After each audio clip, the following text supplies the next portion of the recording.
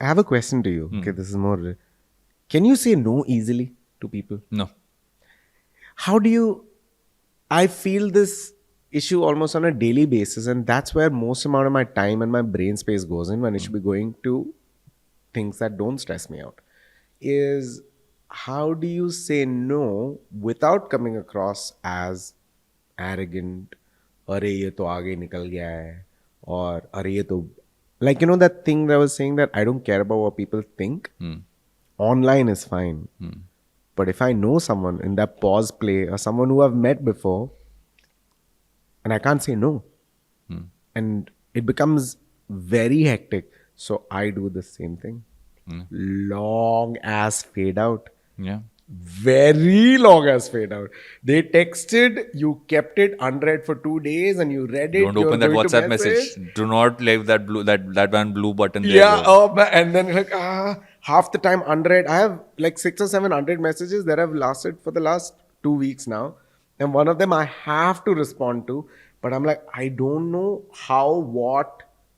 So I'm waiting for the next ping, and when the next ping happens, I have to respond. I'll be too late. I learned something yesterday of a random Instagram post someone shared, and I want to try it, saying that I really want to figure a way to do this with you, but right now I don't have the mental energy or the physical bandwidth to do it. All the best. I want to see you try. I want to see you try and regret I'm gonna that decision smack that on very my face moment. for saying that. But I'm still trying to find. So I've learned to say no to, like, before I would not say no to anybody. Now I learned to say no to, like, someone said, okay, do you want to give a quote for some publication? No. Do you want to come for this event? No. I don't. I'm just saying my schedule is full. I'm just, I've thankfully, now I can say that and people are like, okay, maybe it must be. My schedule is full because I want to be home, play with my kids. But that is, for me, schedule is full. Can I tell you something though? Sorry to break your flow. Jose said something on Journey of a Joke, which was incredible, okay? It was a very defining moment for me because till that time, same thing, busy, calendar was super stacked. And he came, I think he came in with a bread roll and he was eating and on the shoot and he's like, and we were talking about his craft and comedy. And one thing that he said is like, yeah, I want to stay home with my family. And every time I think of an idea, can I do it in the next 5 minutes? Only then do I even approach it. So I asked, one of the things we didn't put on the edit, but I asked him was, so like when someone is called, like we called you for it, it's like, I'll see if I'm free, I'll come. And he says that. And which is the simplest way, I'll see if I'm free, I'll come. Yeah. I wish I had that. But like, the problem with that is, I've said that too, but people follow up. Yeah. What do you do when they're messaging? Oh, I hope you're coming today. You can't then say, I'll see, right? Oh, yeah. So I realized that I think you have to go through cycles of saying no. You say no to things, people who you are not that connected with, so you can say that no. Then you can also kind of, in those cases, I don't think you even have to explain too far. Like you don't have to explain, oh, this is the reason why I'm saying no. But when it's a little more personal, I feel at some point you have to learn to be honest at the right time. There was this interesting thing. I was watching a video by Simon Sinek and he said that honesty is important, but doesn't have to be immediate.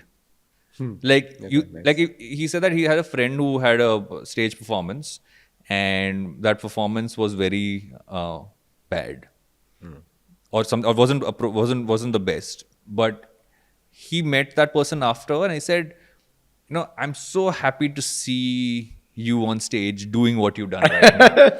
Right? And he didn't go deeper into that and he walked away. And the next day he called up and said, okay, because this person had that surge of, I've just gotten off stage, have that energy there.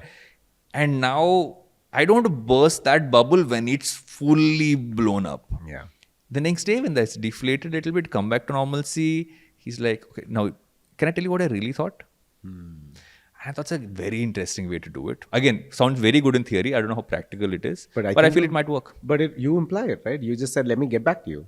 Let me ping you back. You already done the first step of it. I just don't ping you. You just don't do the follow-up that others do. I'm like, I feel the emotion behind that is more a sound. It's like, it's that. I also feel like there's moral superiority if someone asked me to come for a show. If I was in the same situation and someone said, what do you think about the show? I don't want to say anything then or even later until they message the second time like, hey, I really want to know.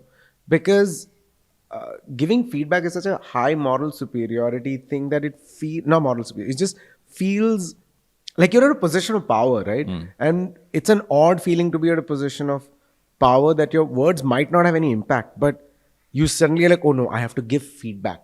As opposed to just be like, what did you think of the show? As an industry expert in stand-up, if someone's making a show and they're like, hey, this is the edit of it, please give us feedback. I'm like, you said feedback. So inherently, you're gonna get feedback and not what's good.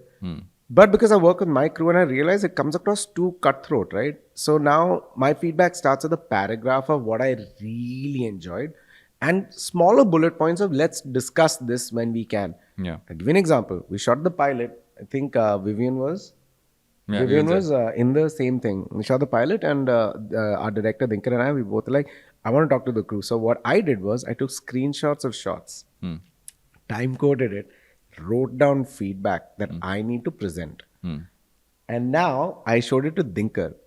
Dinkar was like, okay, got it. But he said, I will communicate that. And he was able to express not my feedback, but like, these were great shots, that were good. Next time we can maybe pan in a little bit, feel a little bit more. Something I would have taken 30 minutes of like extensive feedback, which have changed the vibe. He was able to do it very quickly. He's like, this is great, let's just do it. I'm guessing these guys have a good time as well. That's an unlearning and new learning for me, which is like, just because someone asks you feedback doesn't mean you need to be like, to make it perfect, what do you need to do? As opposed to, if you do it once, what should you do the next time? Not what you should do a year, like how it should ideally be. It should just be what should you do next time according to you, because then the third show and the fourth show, fifth show will figure. You just need to give feedback or like your opinion for what they should do next, not for what they should do in a year's time. Basically, perfect can ruin a good vibe. So I think a good vibe is more important than perfect in many ways, right? Absolutely. Because, and I feel we over-index on it needs to be perfect, needs to be good. But if everybody just feel like, oh my God, why am I doing this? Or this is just like painful, then what's the point of doing it? I mean, the end result might look better, but I feel only you will notice it. Yeah. The general person won't.